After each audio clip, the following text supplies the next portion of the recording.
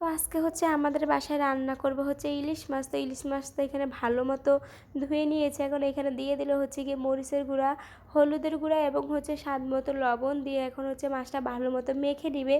মেখে নিয়ে হচ্ছে গিয়ে মাছটা ভেজে নেবে। আগে একদম কড়া কড়া করে মাছটা ভেজে নিতে হবে। তো এখানে হচ্ছে পাইপেনটা বসিয়ে দিয়েছিল, পানিটা শুকানো হয়ে গেছে।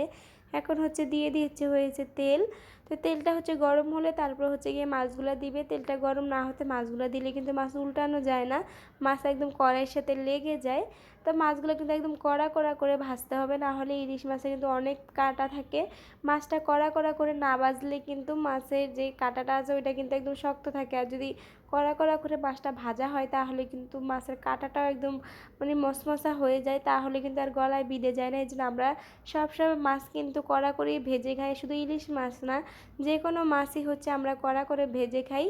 তো যারা যারা আবার ভিডিওটা দেখা শুরু করছেন সবাই অবশ্যই একটা লাইক দিয়ে দেখা শুরু করবেন, এবং ভিডিওটি যদি ভালো লেগে থাকে তাহলে অবশ্যই একটা লাইক দিয়ে দিবেন। এবং যারা যারা আমার চ্যানেলে নতুন আছেন সবাই আমার চ্যানেলটি সাবস্ক্রাইব করে দেবেন। তো আমাদের রান্না কেমন হয় আপনাদের কাছে, আর আমাদের রান্না কীরকম লাগে অবশ্যই সবাই সবার কমেন্টে মতামতটা জানিয়ে দিবেন যে আমাদের রান্না কীরকম হয়, আপনাদের অঞ্চলে কিভাবে রান্না করে অবশ্যই জানাবেন। আমাদের রান্না কি ভালো হয় নাকি খারাপ হয় অবশ্যই জানাবেন আমাদেরকে, যে আমাদের রান্নাটা ঠিক কীরকম হয়।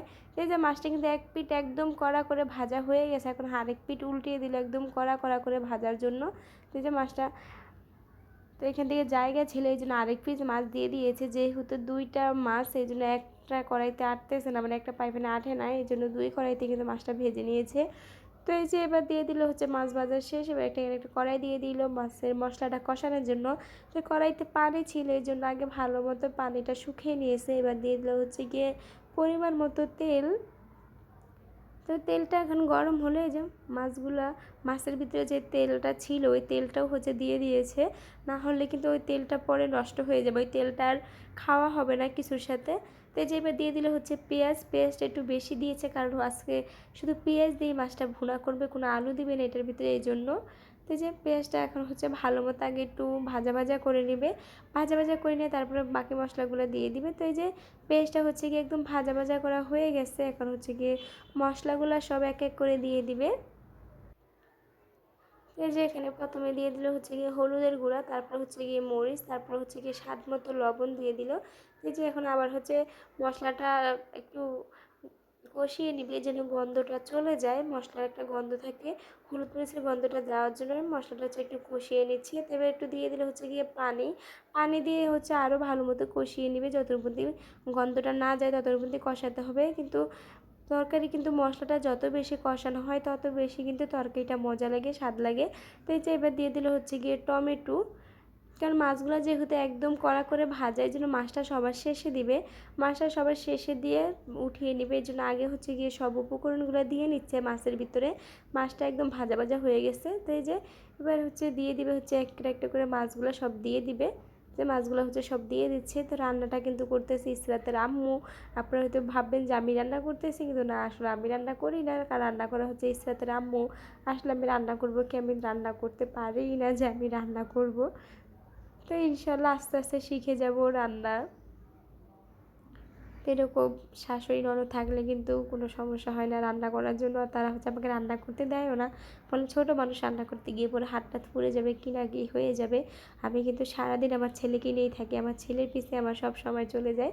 এখনকার যে পোলাপাইন, আগে কিন্তু মানুষে একাই কিন্তু 3-4টা পোলাপাইন পালতে পারছে, আর একা এখন একটা বাচ্চাও পালতে পারি না। তো পানিটা একটু কম হয়ে গেছে, এখন উপর দিয়ে আর একটু পানি দিয়ে দিলাম। দিয়ে এখন একটা হচ্ছে এখানে ঢাকনা দিয়ে দিবে, দিয়ে হচ্ছে মাছটা হয়ে যখন আসবে তখন হচ্ছে উপর দিয়ে ধনিয়া পাতা দিয়ে দিবে। তো এখন কিন্তু হচ্ছে একদম শীত শীত চলে আসছে, শীতের ভিতরে কিন্তু ধনিয়া পাতা দিয়ে তরকারি রান্না করলে কিন্তু একটু অন্যরকম টেস্ট আসে, মানে শীতের ভিতরে তরকারির মজাটা কিন্তু ধনিয়া পাতাই আনে। ধনিয়া পাতা না দিলে মনে হয় কী যেন একটা দেওয়া হয় নাই, কী যেন একটা দেওয়া হয় নাই, এরকম লাগে। মনে হয় ধনিয়া পাতাটা দিলে আলাদা একটা স্বাদ আসে। তো ইলিশ মাছ কিন্তু কয়েকদিন ধরে ধরা বন্ধ ছিল, মানে অবরোধ ছিল, 25 দিনের জন্য মাছ ধরা বন্ধ ছিল ইলিশ মাছ। এই জন্য আমাদের বাসায় ইলিশ মাছটা আনা হয় নাই। এখন যেহেতু ইলিশ মাছ উঠছে বাজারে, এই জন্য আমার শাশুড়ি প্রথমে আগে বাজারে গিয়ে শুক্রবারে ডিপজলের আড়ত থেকে ইলিশ মাছ নিয়ে আসছে, 3 কেজি ইলিশ মাছ নিয়ে আসছে সে ডিপজলের আড়ত থেকে।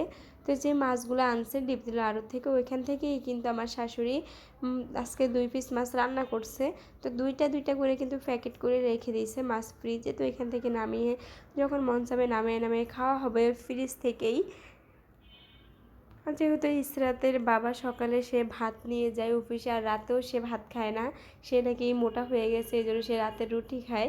সে ওজন কমাবে ডায়েট করে, এই জন্য সে হচ্ছে রাতে ভাত খায় না। তো এই যে এখানে হচ্ছে মাছটা আমার একদম প্রায় হয়ে আসছে, এখন হচ্ছে কি উপর দিয়ে ধনিয়া পাতাটা দিয়ে দিব। ধনিয়া পাতাটা দিলেই কিন্তু মাছটা একদম হয়ে যাবে। তো এই যে ধনিয়া পাতাটা দেওয়া শেষ, এখন হচ্ছে একটা ঢাকনা দিয়ে রেখে দিব, তাহলে ধনিয়া পাতাগুলো এখন এইভাবেই হয়ে যাবে। যে মাছটা হচ্ছে একদম রান্না হয়ে গেছে। রান্নাটা কেমন হয়েছে অবশ্যই জানাবেন, এবং আপনারা কীভাবে মাছ ভুনা করেন ইলিশ মাছ অবশ্যই কমেন্টে জানিয়ে দিবেন। তো আজকের ভিডিও এই পর্যন্তই ছিল। সবাই সুস্থ থাকবেন, ভালো থাকবেন, এবং ভিডিও যদি ভালো লেগে থাকে তাহলে কিন্তু অবশ্যই একটা লাইক দিতে ভুলবেন না। আপনারা কিন্তু অনেকেই দেখি ভিডিও দেখেন, ভিউ হয়, কিন্তু কেউ লাইক দেয় না। তো আশা করি সবাই একটা লাইক দিয়ে দিবেন। সবার আশা করি কিছুটা হলেও ভালো লাগবে। আল্লাহ হাফেজ।